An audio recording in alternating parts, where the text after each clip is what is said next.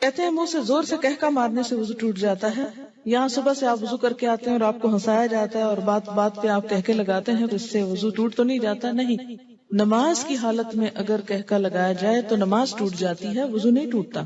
کیا under legs بال ویکس کر سکتے ہیں؟ آپ کی مرضی، منع نہیں ہے. وضو کرتے وقت اگر بسم اللہ پڑھنا بھول جائے تو کیا وضو دہرائے؟ نہیں، دہرائے نہیں، ہو جاتا ہے وضو. مغرب کے بعد ناخن نہیں کاٹنے چاہیے، ایسی کوئی بات نہیں. ناک میں پانی چڑھانا سائنسز کے علاج کے لیے مفید ہے. کسی نے کمنٹ بھیجا حاجت کے نفل کے لیے کیا الگ وضو کرنا ہوگا؟ آپ نے حدیث پڑھی تھی کہ آپ صلی اللہ علیہ وسلم نے فتح مکہ کے موقع پر ایک ہی وضو سے کئی نمازیں ادا کی تھی. شیرٹن میں ایک آنٹی واش روم کے ٹائلز پر تیمم کر رہی تھی. میں نے کہا ٹائلز کی دیوار پہ تیمم نہیں ہوتا، لیکن وہ کرتی نہیں. جی ہاں، ٹائلز پہ تیمم نہیں ہوتا اس لیے کہ وہ تو پکی ہوئی مٹی ہے، سعیدن طیبن ہے جس کے اوپر ہوتا ہے، وہ سعید کی اس میں نہیں آتا.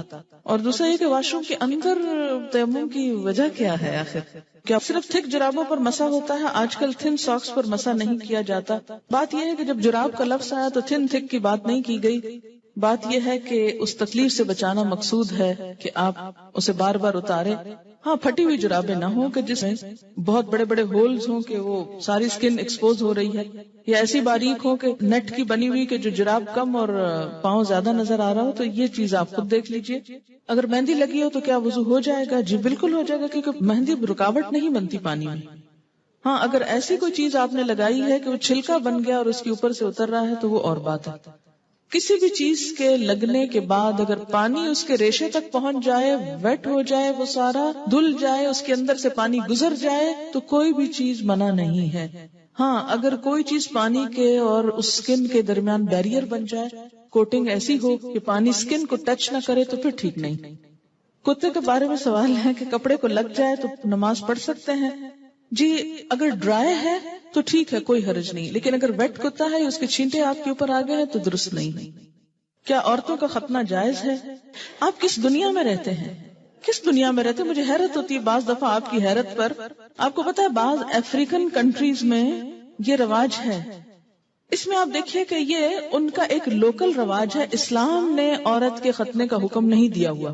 یاد رکھیے کسی حدیث میں عورت کے ختنے کی بات نہیں آتی، مردوں کے ختنے کی بات آتی ہے، اور ان کے لیے تو پروو ہو چکا ہے کہ ان کی صحت کے لیے ضروری ہے. لیکن اگر کسی خاص علاقے میں یا کسی خاص کلٹ میں ایسی کوئی چیز ہے تو وہ ان کا لوکل کلچر ہے. It's nothing to do with اسلام. اور اس پہ بہت پروپیگنڈا بھی ہو رہا ہے. آپ کو پتا ہے میں نے خود کئی جگہ پر یہ پڑھا ہے کہ اسلام نے عورت پہ بڑے ظلم جو ڈھائے ہیں، ان میں سے ایک ظلم یہ بھی ہے کہ بعض علاقوں میں عورت کے ختنے ہوتے ہیں. یہ اسلام نے ظلم نہیں ڈھایا، یہ لوکل کلچر کی بات ہے. اور اگر کسی علاقے کا کلچر ایسا اور پھر انہوں نے اسلام قبول کر لیا اور کلچر بھی ساتھ ساتھ رکھا. اب مثلاً آپ کسی دن یہ پروپیگنڈا شروع کر دیں کہ جو کانچ کی چوڑیاں ہوتی ہیں اگر ٹوٹ جائیں تو عورت بیچاری کا وہ خون نکال دیتی ہیں اور یہ بڑا ظلم ہے، اس لیے ان کو بنانا بند کرنا چاہیے. تو اب یہ اسلام نے تھوڑی آپ کو کہا کہ آپ کانچ پہنے. آپ کا لوکل کلچر ہے، کسی اور ملک میں ایسا نہیں ہوتا، تو آپ کی مرضی، آپ پہنے نہ پہنے، پہنے تو احتیاط کریں، نہیں پہنے تو نہ پہنے. بہت ساری چیزیں ایسی ہیں کہ جس میں اسلام نے نہ کرنے کو کہا ہے اور نہ چھوڑنے کو کہا ہے. بہت سے لوگ کہتے ہیں کہ دیوار پر ہاتھ مار کر تیمم ہو جاتا ہے، اگر اس پر مٹی ہو کہ قرآن پاک کی آیت کیا ہے؟ سعیدن طیبن. پلین میں پانی موجود ہے، واش روم بھی ہے، لیکن جا کر کرنا مشکل ہے، تو کیا تیمم کر کے نماز پڑھ سکتے ہیں؟ وہاں وضو کی جگہ کتنی ہوتی ہے یہ بھی بتائیے. دوسری بات یہ کہ جو لمبی فلائٹس ہوتی ہیں اس میں بعض حضرات وضو کر کر کے پانی اس طرح ختم کر دیتے ہیں کہ اس کے بعد میں جانے والوں کو بیچاروں کو ہاتھ دھونے کے لیے بھی کچھ نہیں ملتا. میں خود اس بات کی عینی شاہد ہوں. اس لیے جہاں پانی صرف وقتی استعمال کے لیے رکھا گیا ہو وہاں آپ اس سے زیادہ استعمال کر کے دوسروں کا حق نہ مارے. ہاں آپ پوچھ لیں جہاز والوں سے کہ اس میں 300 لوگوں کے وضو کا اہتمام ہے تو ٹھیک ہے، کر لیں. اگر غسل کرنے کے بعد استنجا کیا جائے تو کیا وضو قائم رہے گا؟ نہیں. اگر صابن لگاتے ہوئے یا ویسے دوبارہ انسان کا ہاتھ ایسی جگہ کو چھو جائے کہ جس کے چھونے سے وضو ٹوٹ جاتا ہے تو غسل کے بعد پھر دوبارہ وضو کرنا ہوگا. کیا وضو کے بغیر حدیث کے ٹیکسٹ کو چھوا جا سکتا ہے؟ چھوا جا سکتا ہے. غسل پاکی میں غراروں کا حکم ہے؟ نہیں، ایسا کوئی حکم نہیں ہے. یعنی کلی کرنا کافی ہے، گلے میں پانی ڈال کے غرارے کرنا ضروری نہیں. کسی نے مسئلہ پوچھا کہ انٹر کورس کے بعد پاک ہو جاتی ہے اور نماز بھی پڑھ لیتی ہے لیکن اس کا ڈسچارج ہوتا رہتا ہے، تو اس صورت میں کیا کریں؟ ایک دفعہ نہانے سے پہلے اپنی طرف سے پوری صفائی کر لی جائے، اگر اس کے بعد کوئی ایسی چیز ہو تو دوبارہ بس وضو ہی کافی ہے۔ کیا ریزر کا استعمال کر سکتے ہیں؟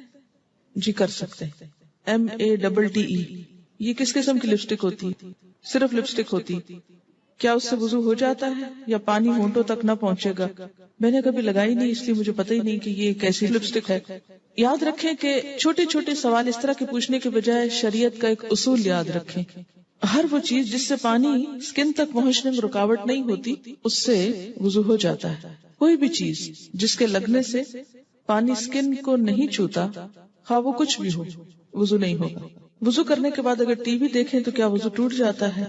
اس میں بھی کیا اصول کار فرمائے؟ یہ میں نے سوال مجھے معلوم تھا کہ یہ کوئی ایسا نہیں، لیکن میں نے جان بوجھ کے پڑھا ہے۔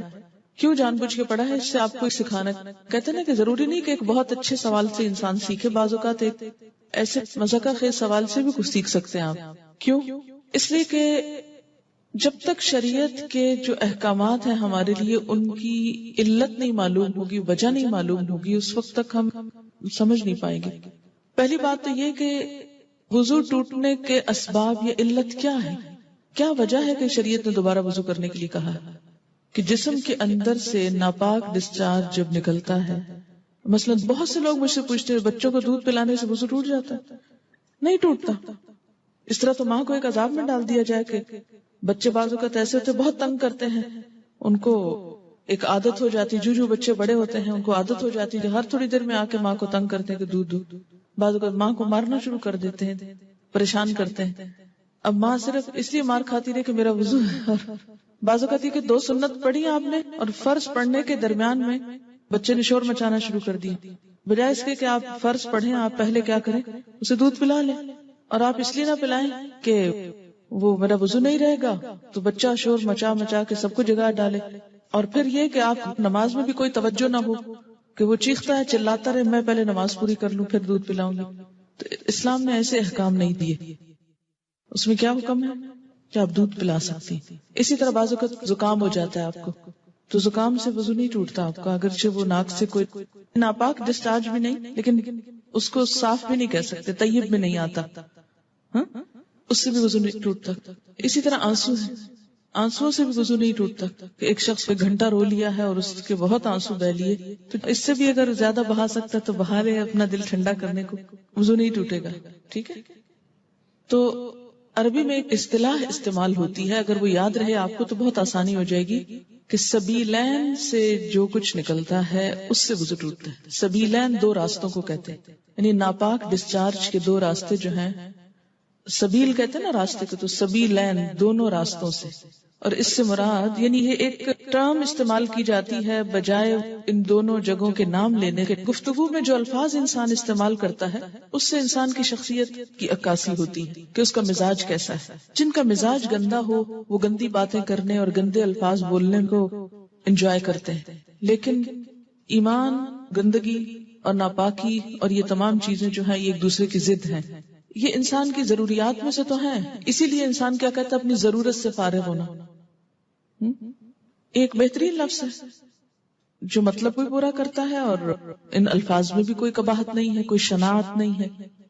تو اسی طرح جب سبیلین کا لفظ بولا جاتا ہے تو اس لفظ کے سمجھنے میں آپ کو تو دقت نہیں ہے، کیونکہ آپ عربی پڑھتے ہیں، قرآن پڑھتے ہیں، آپ کو اتنا معلوم ہے لفظ۔ جو چیز وضو لازم کرتی ہے وہ کیا ہے؟ سبیلین سے کسی چیز کا اخراج، ڈسچارج۔ ٹھیک، بعض ڈسچارجز سبیلین سے صرف وضو کو ضروری کرتے ہیں اور بعض سے غسل بھی فرض ہو جاتا ہے۔ ٹھیک، جہاں تک خون کے نکلنے کا تعلق ہے، سبیلین کے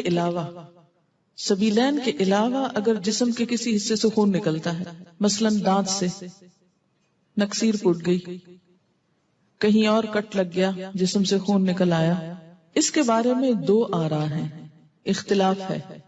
سبیلین میں کوئی اختلاف نہیں، یاد رکھیے، سبیلین کے اخراج میں کوئی بھی اختلاف نہیں، سب کے ہاں ایسے ڈسچارج سے، کسی بھی چیز کے نکلنے سے وضو نہیں رہتا، لیکن خون اگر سبیلین میں سے نکلے تو وضو نہیں رہے گا، مگر جسم کے کسی اور حصے سے، مثلا دانت سے، ناک سے یا ہاتھ سے، اس کے بارے میں 2 رائے ہیں۔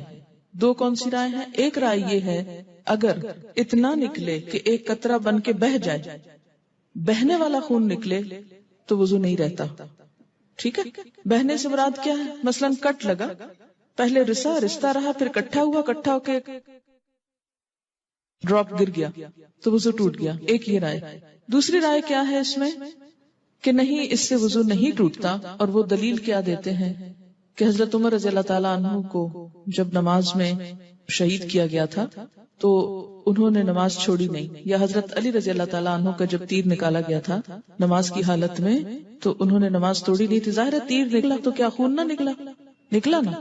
ہاں، اسی طرح اگر آپ نے وضو کیا ہے، بعض اوقات ایسا ہوتا ہے نا کہ وضو کر کے آپ ہٹنے لگتے ہیں کہ آپ کو منہ محسوس ہوتا ہے، آپ دوبارہ سپٹ کرتے ہیں تو کیا ہوتا ہے، اس میں کچھ ریڈش محسوس ہوتا ہے کہ لگتا ہے کہ مسوڑوں سے خون آ گیا. اب اس میں وضو کی ایسی ضرورت نہیں ہے. اسی طرح بعض اوقات نماز پڑھتے پڑھتے کسی کی نکسیر چھوٹ جاتی ہوتا ہے نا، بعض لوگوں کو تکلیف ہوتی. نکسیر کا معنی پتا ہے آپ کو؟ جو بلڈ ناک سے آتا ہے، بیماری ہوتی ہے. یا اسی طرح آپ بیٹھے کوئی کام کر رہے تھے، سوئی سے سوئی ایک دم لگ گئی جسم کے کسی حصے میں تو تھوڑا بہت خون رس گیا. یا بعض اوقات ایسا ہوتا ہے کہ کوئی پھوڑے وغیرہ نکل آتے ہیں، ہے نا.